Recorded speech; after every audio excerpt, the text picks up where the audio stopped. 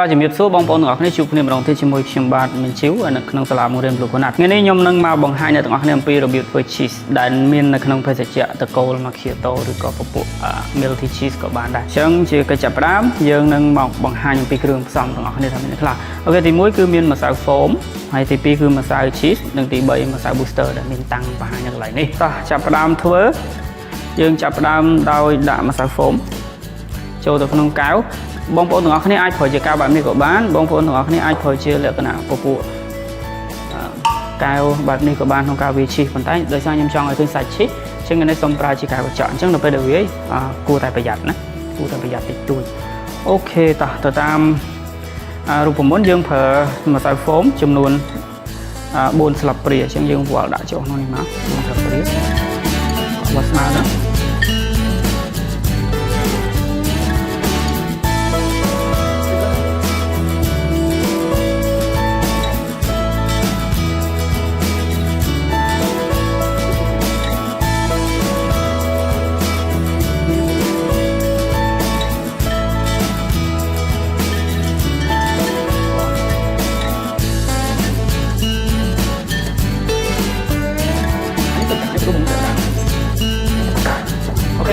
ទឹកគ្រីមចំនួនកន្លះបាត់គ្រាបានអីកន្លះបាត់គ្រាលើចំណាប់តមកទៀតអ្វីយើងត្រូវការគឺទឹកដោះគោស្រស់អញ្ចឹងជាតិចនិចនៃការធ្វើឈីសគឺទឹកដោះគោស្រស់នេះបងប្អូនទាំងអស់គ្នាប្រើក៏បានឬក៏បើសិនជាអាចចង់ប្រើទឹកត្រជាក់ធម្មតាក៏បានដែរប៉ុន្តែត្រូវតែជាទឹកត្រជាក់ដែលខ្លះសេឲ្យត្រជាក់នៅក្នុងទូទឹកកកអញ្ចឹងទឹកដោះគោស្រស់នេះដូចគ្នាត្រូវតែត្រជាក់អញ្ចឹងបើរឹតតែត្រជាក់ឈីសរបស់យើងរឹតតែឡើងបានច្រើនហើយរឹតតែ smooth អញ្ចឹងទឹកដោះគោស្រស់យើងត្រូវការត្រឹមតែ100 ml បានហើយយើងចាក់100 ml ទុកសកួរអញ្ចឹងមក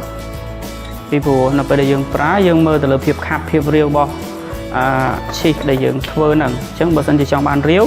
ដាក់ទឹកដោះគោនឹងឲ្យច្រើនទៅបើសិនជាចង់បានខាប់ក៏ទៅតាមហ្នឹងអញ្ចឹងបន្តមកទៀតយើងប្រើជាស្លាបព្រាមួយយើងយកវាមកកូរហ្នឹងហើយកូរឲ្យសព្វជាងមកឲ្យម្សៅនេះចូលគ្នាអស់មុនសិនណាតមកទៀតយើងចាប់ផ្ដើមចាក់ម្សៅតកូស្រស់ចូលចាក់ពាក់កណ្ដាលសិនបានហើយប៉ុណ្ណឹងមកហើយយើងចាប់ផ្ដើមប្រើស្លាបព្រានេះកូរធម្មតាធ្វើស្លាបព្រានឹងកូរដោយដៃធម្មតាសិនដើម្បីឈីសនឹងបែកខ្លួនចូលគ្នាបានល្អជាមុនសិនមុននឹងប្រើម៉ាស៊ីនកូរឈីសខ្នាតតូចដើម្បីមកវាយឈីសនឹងឲ្យបែកល្អជាងហ្នឹងហើយកូរទៅវានឹងឃើញរាវអញ្ចឹងបន្តិចបើសិនជានេះអាចថែមបានតិចតួចទៀតនោះសាកល្បងបន្ថែមម្ដងបន្តិចបានហើយកុំព្យាយាមដាក់ម្ដងទាំងអស់ណាអូខេប៉ុណ្្នឹងសិនបន្តមកទៀតយើងប្រើម៉ាស៊ីនខ្នាតតូចឈីសយើងប្រើលេខ2ក្នុងការវាយសិនហ្នឹងហើយឈីមកឃើញចិត្តតិចមកលើកមកចិត្តតិចមក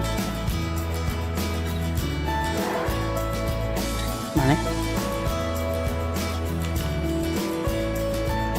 ហើយយើងប្រើលេខ3ឈីសនឹងរត់បែបនេះត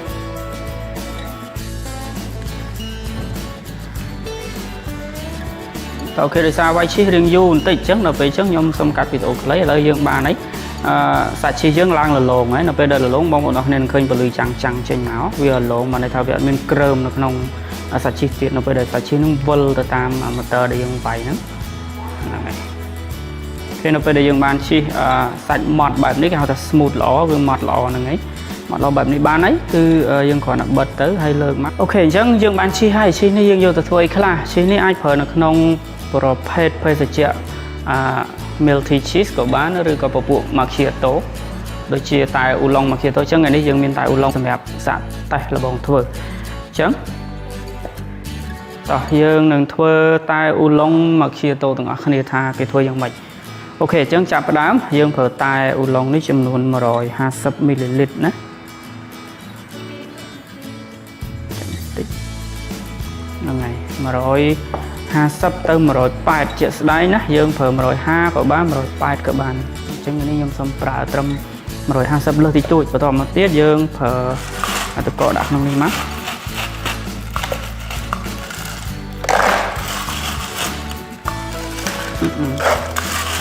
អូខេអញ្ចឹងទឹកកកពេលដួសដាក់ចូលមិនបាច់ឲ្យពេញកែវពេកទេឲ្យមានចន្លោះខ្លះបន្តិច ណាបើសិនជាទឹកតែនឹងក្តៅប្រហែលជាទឹកកកនឹងលាយទៅក្រុមខ្លះទៀតបន្តមកទៀតយើងត្រូវការទឹកស្ករបាត់កៅក្រិតពេលបន្តមកយើងត្រូវការទឹកស្ករ30ទៅ45មីលីលីត្រសម្រាប់អ្នកដែលញ៉ាំផ្អែមអាចដាក់45ទៅសម្រាប់អ្នកដែលញ៉ាំមិនសូវផ្អែមទេដាក់30មីលីលីត្របានហើយអូខេចាក់ចូលក្នុងទឹកតែបន្តមកទៀតត្រង់កន្លែងនេះយើងអាចកូរក៏បានធ្វើ shaker ដើម្បីក្លុកក៏បានណាជាងខាងយើងបរិញ្ញាគឺយើងអត់កូរចាក់ណាហើយយើងបរិញ្ញាមានរូបមន្តទាំងស្រុងអត់បានហួងហែរូបមន្តទេហើយបើសិនជាចង់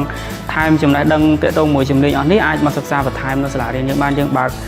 កម្មវិធីសិក្សារៀងរាល់សប្តាហ៍ទេអូខេចាក់ចូលទាំងអស់តែម្ដងទៅបងប្អូនមួយចំនួនក៏សួរថាកូរហើយនឹងក្លុកមួយណាល្អជាងជាទូទៅខ្ញុំរៀបមិនឲ្យក្លុកដើម្បីវាចូលជាតិបានល្អវាបែកបើយើងនិយាយរៀងគីមីតិចគឺវាបែក molecule ស្ករជាមួយនឹងតែនឹងចូលគ្នាបានល្អនិយាយទៅដូចរឿងលើសបន្តិចណាប៉ុន្តែជាក់ស្ដែងគឺជារឿងពិតណាវាបែក molecule ចូលគ្នាបានល្អអញ្ចឹងបើសិនជាយើងកូរវាអាចនៅសល់សង្កេតដោយនៅពេលដែលបងប្អូនទាំងអស់នេះចាក់បងប្អូនទាំងអស់គ្នានឹងមើលឃើញស្ករច្បាស់តែហ្មងនៅពេលដែលចាក់ចុងក្រោយនេះណាឃើញមិនមែនមើលទៅកន្លែងនេះទេមើលក្នុងកៅនេះគឺនឹងឃើញហ្មងស្កររៀងខាប់នៅនឹងវាលាអត់តន់អស់តមកទៀតយើងគ្រាន់តែចាក់ឈីសពីលើទៅជាការស្រេចហើយសម្រាប់ភេសជ្ជៈអ៊ូឡុង Macchiato ឬក៏អ៊ូឡុង cheese នឹងឯងវ៉ាវអញ្ចឹងមានតែប៉ុណ្្នឹងទេឥឡូវនេះគឺជាការឃោសនារបស់សាលាយើងមានបង្រៀនជំនាញឆុងកាហ្វេជំនាញតែគុជហើយនឹងពពុះសូដាអ៊ីតាលីជាដើមហើយក្នុងហ្នឹងសាលាយើងក៏មានចាត់ចំណាយពពុះម៉ាស៊ីនកាហ្វេពពុះគ្រឿងផ្សំផ្សេងទាក់ទងជាមួយអាជីវកម្មកាហ្វេនិងតែគុជដូចគ្នាហើយយើងក៏ទទួលពិភាក្សា free សម្រាប់បងប្អូនដែលមានចំណាប់អារម្មណ៍ទាក់ទងជាមួយអាជីវកម្មកាហ្វេតែគុជដូចគ្នាអាចទំនាក់ទំនងបានជាមួយលេខទូរស័ព្ទ060 900 884នៅកញ្ចក់នេះហើយបើសិនជាមានចំណាប់អារម្មណ៍ចង់សួរបន្ថែមអាច inbox នៅក្នុង page បានអរគុណចំពោះការតាមដានហើយជួបគ្នាជាមួយវីដេអូក្រោយជាបន្តទៀតដែលមានការបង្ហាញងាយព្រីហើយបង្រៀនដោយមិនលាក់រូបមន្តទាំងអស់អូខេអរគុណច្រើនជួបគ្នាជាមួយវីដេអូក្រោយសុខសប្បាយសំណាងល្អហើយជួយចុច like ចុច share ចុច like page អីចឹងទៅដើម្បីទទួលបានវីដេអូបន្តទៀតដើម្បីជាកម្លាំងចិត្តឲ្យខ្ញុំបានផ្ទាល់ដែលព្យាយាមបង្កើតជាវីដេអូ free បែបនេះជូនបងប្អូនទាំងអស់គ្នាបើសិនបងប្អូនទាំងអស់គ្នាចង់ភ្លក់រសជាតិរបស់សាលារបស់យើងមានសាខាយើងបើកជាលក្ខណៈហាងតូចមួយសម្រាប់ឲ្យបងប្អូនអាចទៅភ្លក់បានយើងនៅក្នុងបណ្ដោយផ្លូវចូលផ្សារតាពាំងឈូកនៅផ្លូវលំសូឡាបណ្ដោយផ្លូវចូលផ្សារតាពាំងឈូកអរគុណច្រើនហើយបើសិនជាចង់ដឹង map ផានទីខាងក្រោមនៅក្នុង description មានជា map សម្រាប់ទៅរកហាងរបស់យើងអូខេមានតែប៉ុណ្្នឹងទេថ្ងៃនេះសូមឲ្យសំណាងល្អទាំងអស់គ្នាហើយសាកល្បងធ្វើញ៉ាំទាំងអស់គ្នាផ្ទះបានណាអរគុណច្រើន